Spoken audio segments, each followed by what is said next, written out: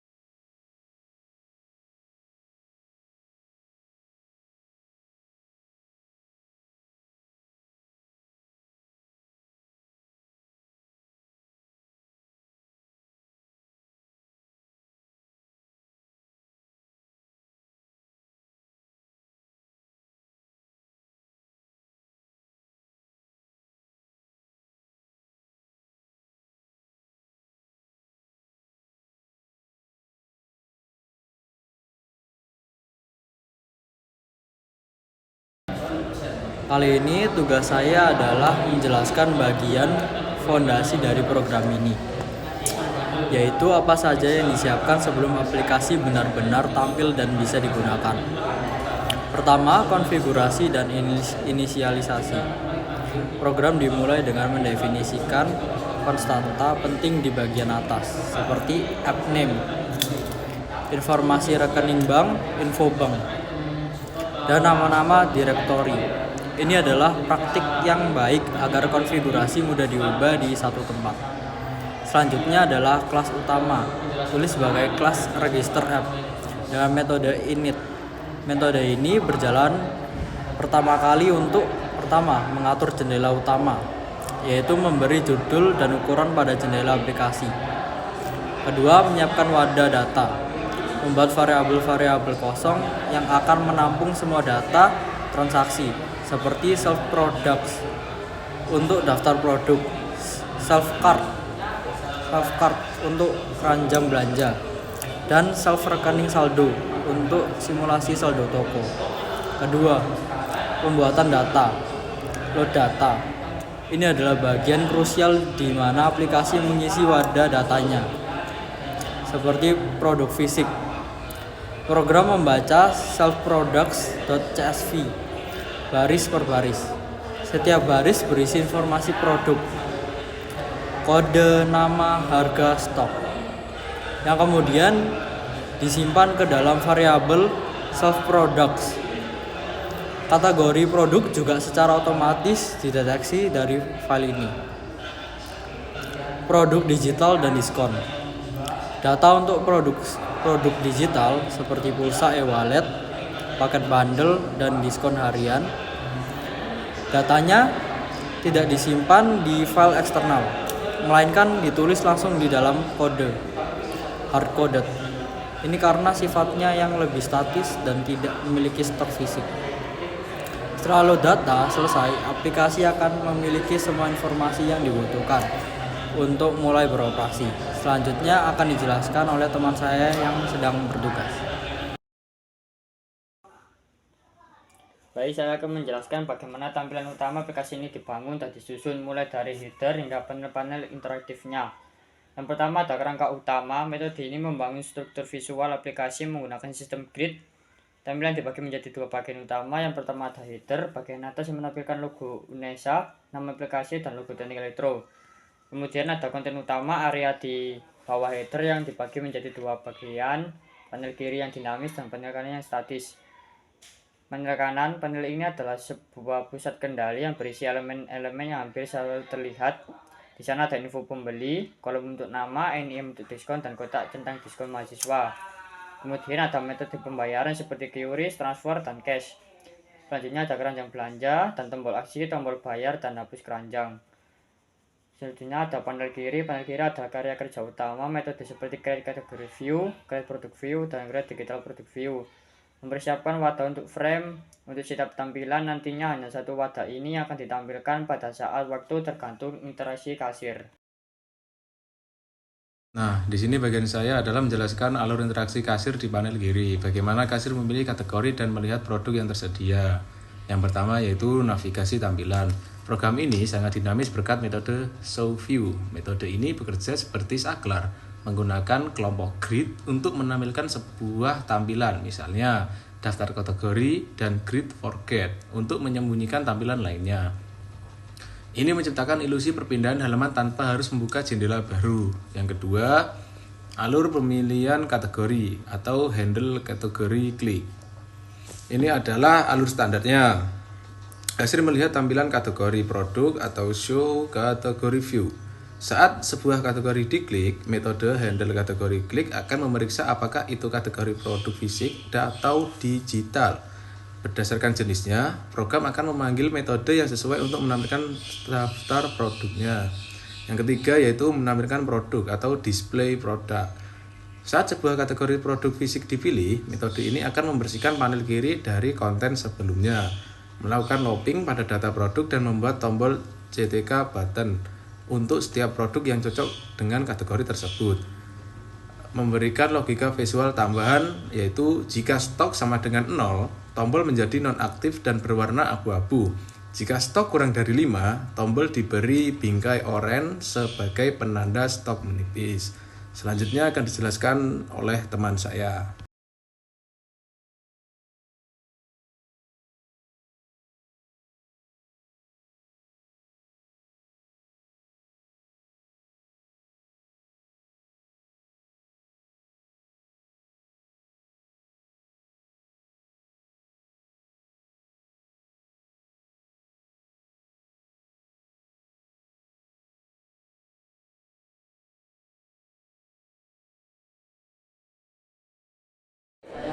Saya akan menjelaskan otak dari aplikasi ini, bagaimana item masuk ke keranjang, dan bagaimana semua perhitungan harga dan diskon yang kompleks untuk dilakukan. Yang pertama, menambah item ke keranjang, add to cart. Setiap kali tombol produk diklik, metode ini akan yang pertama memeriksa ketersediaan stok. Jika stok tidak mencukupi, sebuah pesan peringatan akan muncul. Yang kedua, kalau stoknya aman, jumlah item di shelf cart akan ditambah 1. Yang ketiga, secara otomatis memanggil update card display untuk langsung memperbarui rincian di panel kanan. Yang kedua, pembaruan tampilan keranjang, update card display. Ini adalah metode yang paling sibuk. Setiap ada perubahan, metode ini akan menghitung ulang semuanya dari awal. Yang pertama, hitung subtotal, mengalihkan harga setiap barang dengan jumlahnya. Yang kedua, cek pembayaran tunai. Jika metode pembayaran adalah cash, semua perhitungan diskon akan dilewati atau tanpa diskon. Yang ketiga, terapkan diskon berurutan.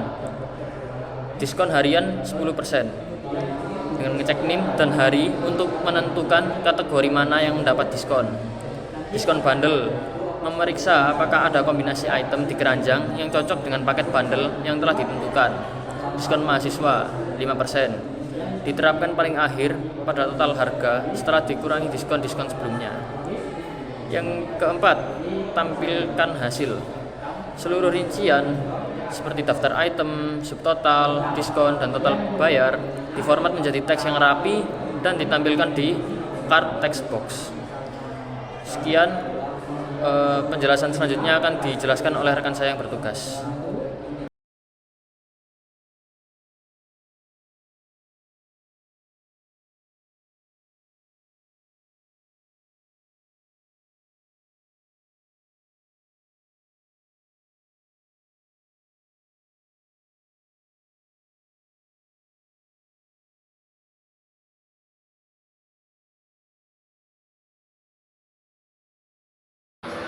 Oke, jadi tugas saya yaitu untuk menjelaskan tahapan akhir dari transaksi.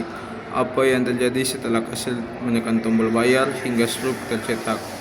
Nah, untuk yang pertama itu proses pembayaran. Di situ menggunakan from checkout dan handle payment, di mana metode checkout berfungsi sebagai router yang akan menampilkan metode pembayaran yang sesuai berdasarkan pilihan kasir. Kemudian setiap metode pembayaran baik tunai, QRIS, transfer akan menampilkan jendela atau dialog relevan. Misalnya menggunakan from handle payment, di situ handle payment QRIS akan memunculkan jendela baru yang berisi gambar QR code.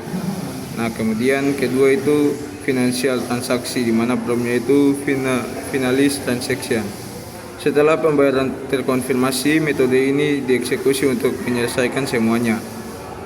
Ya, pertama itu update stok, mengurangi jumlah stok untuk setiap produk fisik yang terjual. Kemudian yang kedua, update saldo, di mana ini untuk menambahkan total pendapatan ke self rekening saldo. Kemudian yang ketiga, catat laporan. Ini untuk memanggil log underscore to underscore CSV untuk menyimpan data transaksi ke dalam file laporan harian. Keempat, buat struk untuk memanggil generate receipt PNG untuk membuat file gambar struk. Kemudian ada pencatatan dan reset. Nah, di sini itu pencatatan sebagai transaksi disimpan dalam file CSV yang namanya sesuai tanggal. Jika file belum ada, header akan dibuat terlebih dahulu. Kemudian pembuatan struk, teks dari keranjang belanja digambar menjadi sebuah file gambar yaitu PNG menggunakan library pil atau pillow. Kemudian yang terakhir yaitu reset, di mana itu promnya clear card akan mengosongkan keranjang, menghapus input nama atau NIM, dan mereset tampilan sehingga aplikasi siap untuk transaksi berikutnya.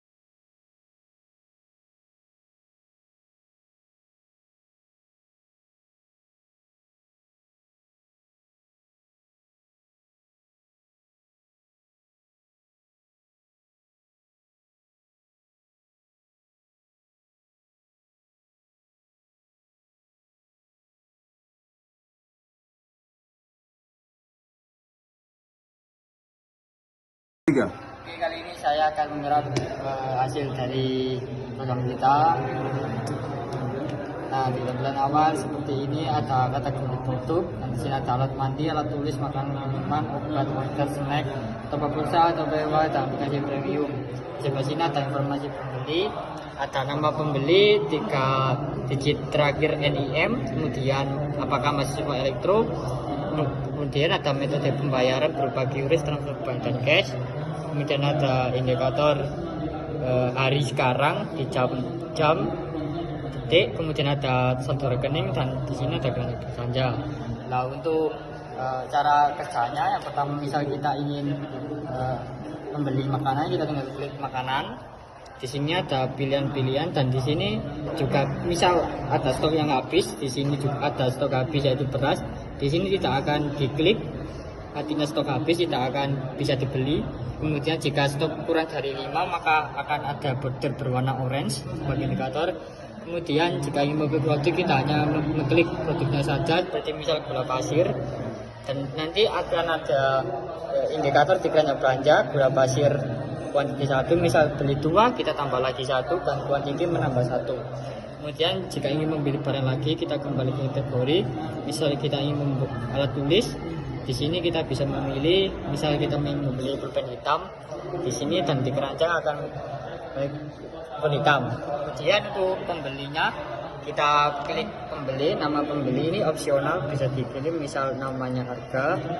Kemudian untuk NIM-nya terakhir misal 001. Kemudian apakah mahasiswa itu atau tidak, jika iya kita bisa centang mahasiswa teknik elektro. Kemudian untuk pembayaran kita klik bayar di sini, dan di sini akan muncul sebuah QRIS untuk men-scan pembayaran. Jika sudah selesai akan bisa klik konfirmasi pembayaran, dan di sini ada menyimpan struk, dan di sini untuk struknya bisa lewat di sini ada struk. Nah, struknya berupa gambar, di sini ada minimarket teknik elektro, kemudian jam sekarang, nama pembeli, dan program pembayaran, kemudian item belanjaan, dan juga subtotal, serta diskon-diskon harian, kemudian diskon mahasiswa, dan total. Seperti itu.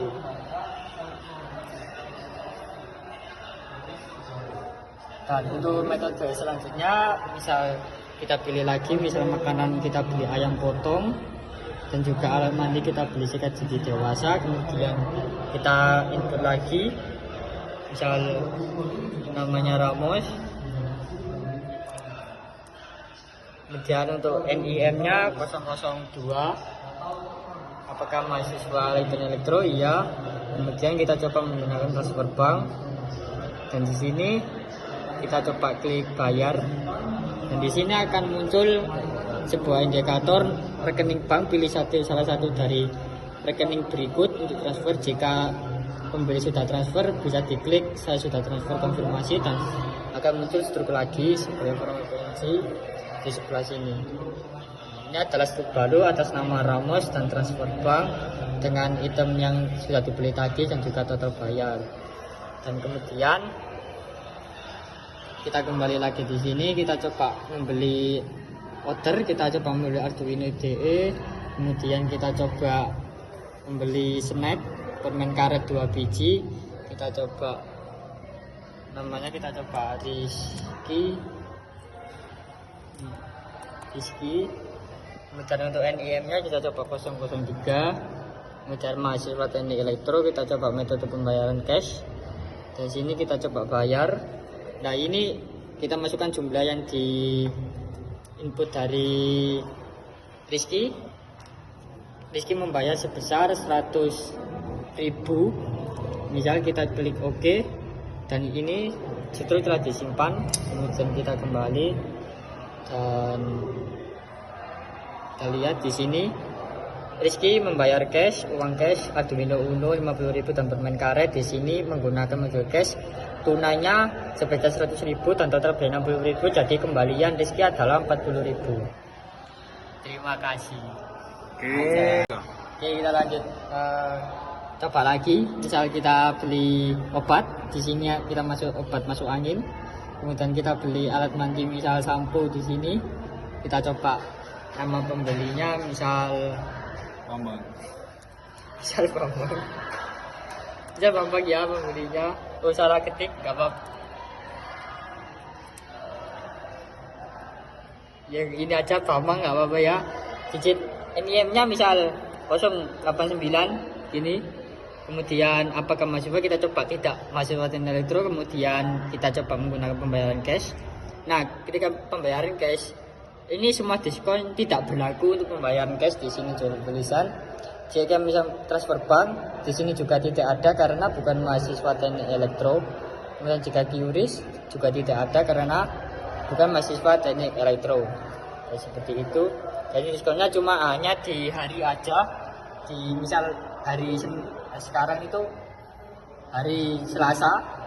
Senin atau Selasa ya gitu. Jadi diskonnya ikut di hari Selasa gitu. Kita coba klik misal klik cash. Ya, klik saja kita bayar. Dan ini bisa di-scan ya ini ya. Coba di-scan ini bisa ya. Kita konfirmasi pembayaran dan kita masuk ke dalam sini. Ini struknya. Nah, atas sama Bambang untuk pembayaran ke QRIS. Bambang bukan mahasiswa teknik elektro jadi tidak mendapatkan diskon. Jadi seperti itu. Terima kasih.